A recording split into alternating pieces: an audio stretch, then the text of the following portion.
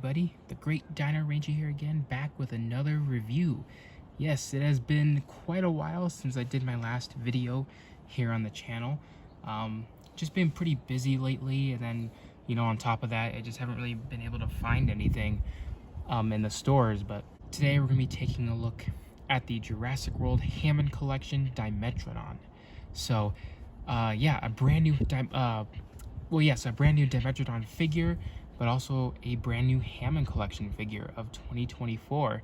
So I'm really excited about this one. I loved the Dominion Dimetrodon. I'm super happy to live in a world where Dimetrodon has officially been seen in an actual Jurassic Park movie, physically.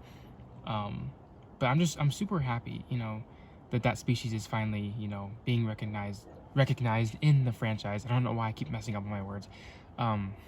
But yeah, I really do like the design. I like the colors, and I really like how Mattel is giving Dominion some love, with their toys, especially the Hammond collection, because that movie got so much hate that it's really unfortunate that that movie didn't do so well, because I really loved it, and I know tons of people loved it as well, but it just wasn't well received to some other people, which is it is what it is. But you know what, this is my own reviews, and I just want to say I love Dominion and I love this Dimetrodon, so I can't wait to take a look at this figure.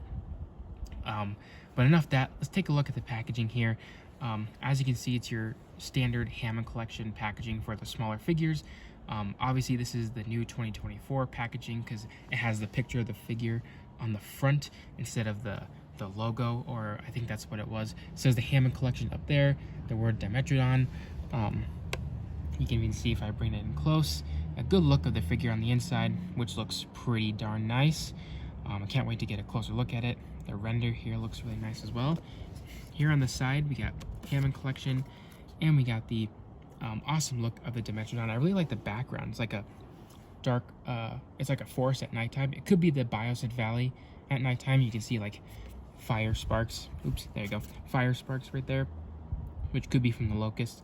Then you got the awesome Jurassic World Dominion logo. So that is a beautiful sight to see right there. Just because it's like giving Dominion some love, because that movie didn't do so well.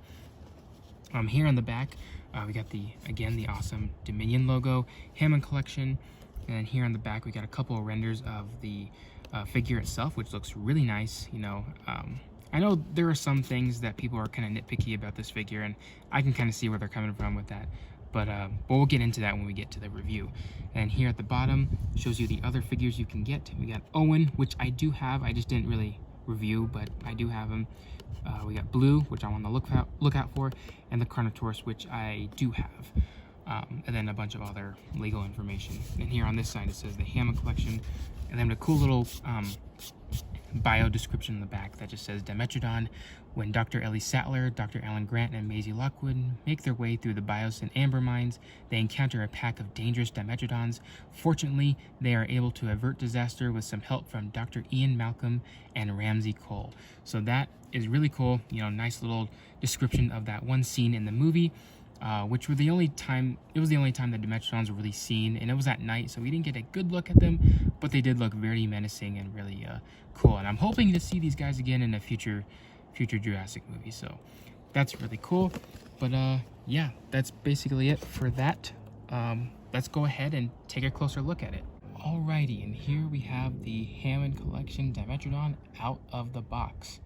And I gotta say, I am really pleased with this Dimetrodon. I think it looks much better out of the box. And it's just such a really great figure. Just by looking at it here, taking a look at it firsthand, before we get into it, it's a really nice looking figure. It's definitely the more superior Dimetrodon from Mattel, in my opinion. And I just think it makes it even more special to say that, this is the Dominion version, or in this case, the official Jurassic Park Dimetrodon, I guess you could say, because this is the first time we get to see this animal in the flesh in the movies. So I'm really pleased to have this, and it just looks really great. It looks really film accurate, even though the Dimetrodon, only appeared in dark sequences where there wasn't much light. But when you look at the CGI model they used, the animatronic, even the model they used for Evolution 2, it's actually very accurate to the film.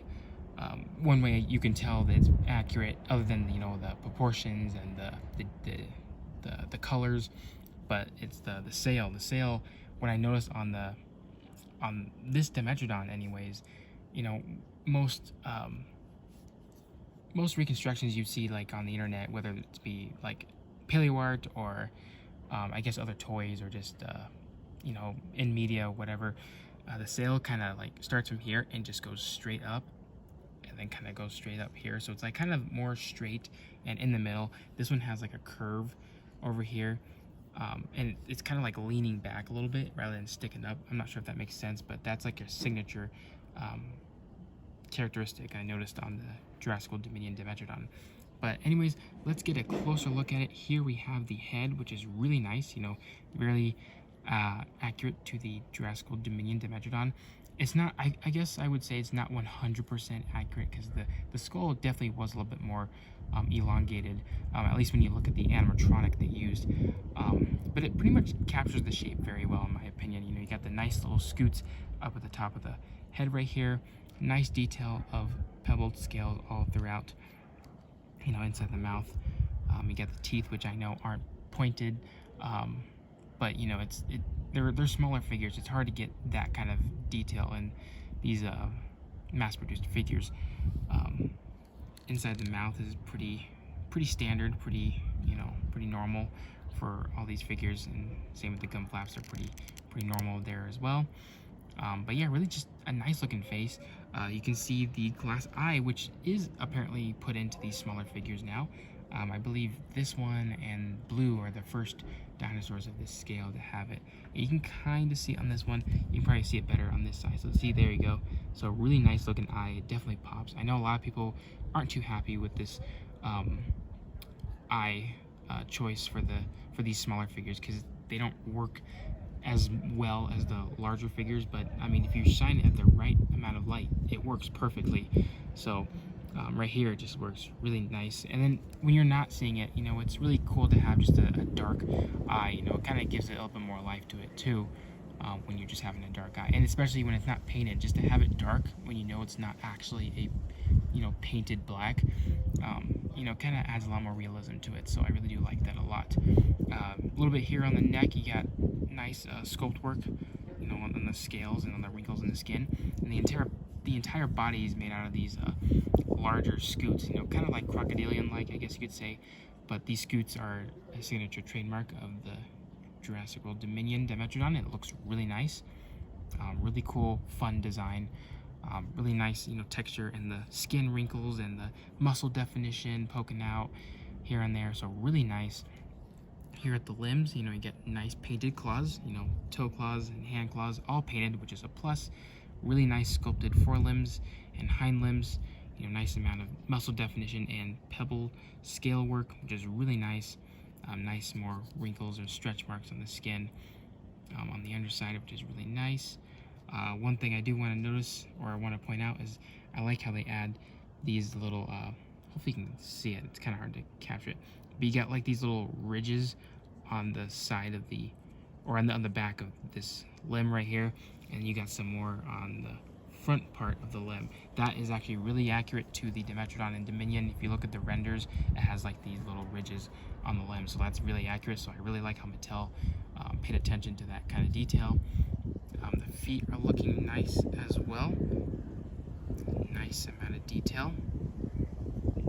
And then here at the tail, you just got a lot of nice, scale work and the osteoderms running throughout the body, which is really nice. And then the sail, the key part of this animal, looks really good. And like I said, it's really accurate in terms of the shape and the direction it's pointing, so that's really cool.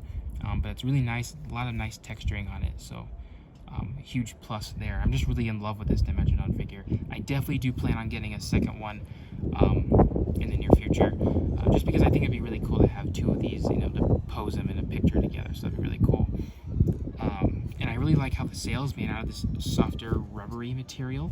So that was really cool. I was thinking, I was kind of predicting that that's what it's going to have, is like this rubbery sail, and it does, and that's really cool. Kind of reminiscent to the old Kenner Dimetrodon, where it also had the rubbery sail. So this one's really cool. Has kind of like that real feel, texture to it, but it's really nice. And then obviously the tail is made out of a bendy wire, so you can bend it in any way you want. And actually, in terms of articulation, actually, no, we'll move on to colors, but then articulation. The colors, like I said, are really accurate to the Dimetrodon in Dominion. Got like this nice greenish pale color with like a brown on the top, with a lighter color on the bottom, and you got some nice brown on the feet and hands. You know, just a nice variety of colors on this thing. And you got some nice white color for the teeth and a pinkish fleshy color for the inside of the mouth. So a really nice fully painted figure here. Really great one. And then the sail, a gorgeous color for the sail. You got like this nice orangish color. It's kind of darker here at the bottom, but it's kind of hard to see in this light out here. And you got the nice signature stripes it has on it. So a really nice design on the sail overall. Now for articulation, as you kind of saw before, it does have jaw articulation, so that's really nice. The head can rotate. It's a bit stiff on mine, so I'm not going to force it. And they can rotate down, but that far. Kind of useless to pose it like this because it kind of breaks up the sail right here, which, you know, I'm not going to hate on Mattel for doing that. It's kind of hard to incorporate highly articulated features to a figure like this, especially to an animal that has a sail that's literally attached to its neck and body.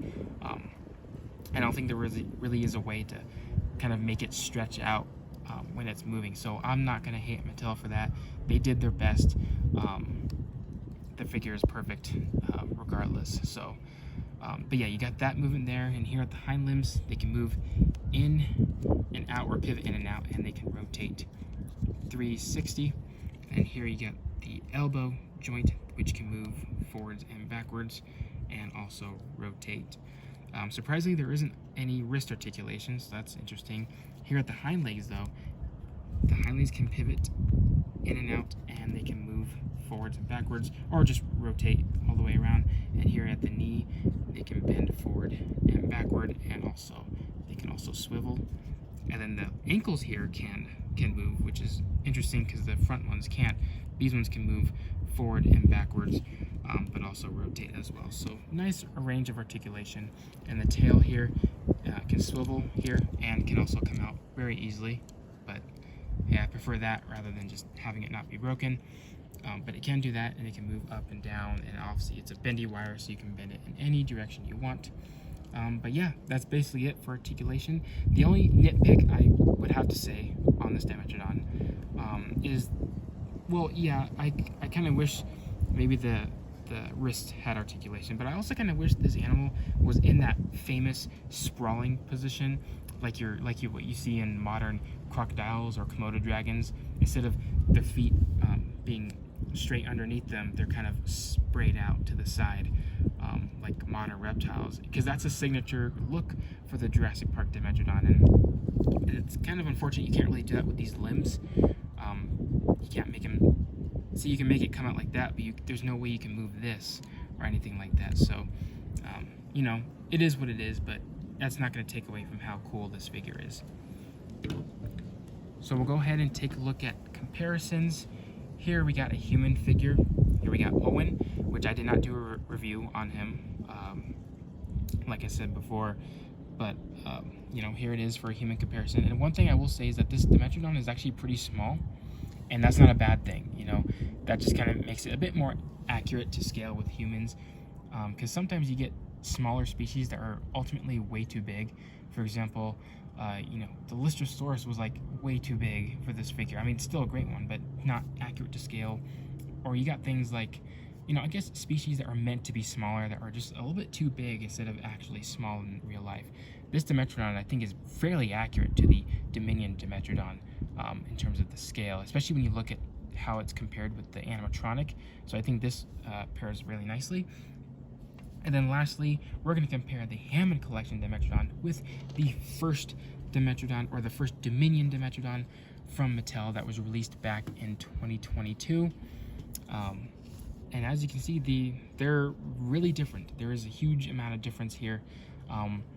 And one of those differences is the size. This one's actually much bigger than this one. I probably prefer the size of this one because it's a lot more accurate and it fits better with the humans. This one's nice too. They both look great together. But in terms of detail and just overall look, the Hammond collection one is definitely the best one. They got the similar paint schemes as well. You know, you can definitely just see a huge difference in the sail and all that. So really different, especially here in the head, which is you know, pretty interesting to look at. So yeah, really cool. Definitely this one has more paint, but it's kind of cool to kind of compare both of these together. So yeah.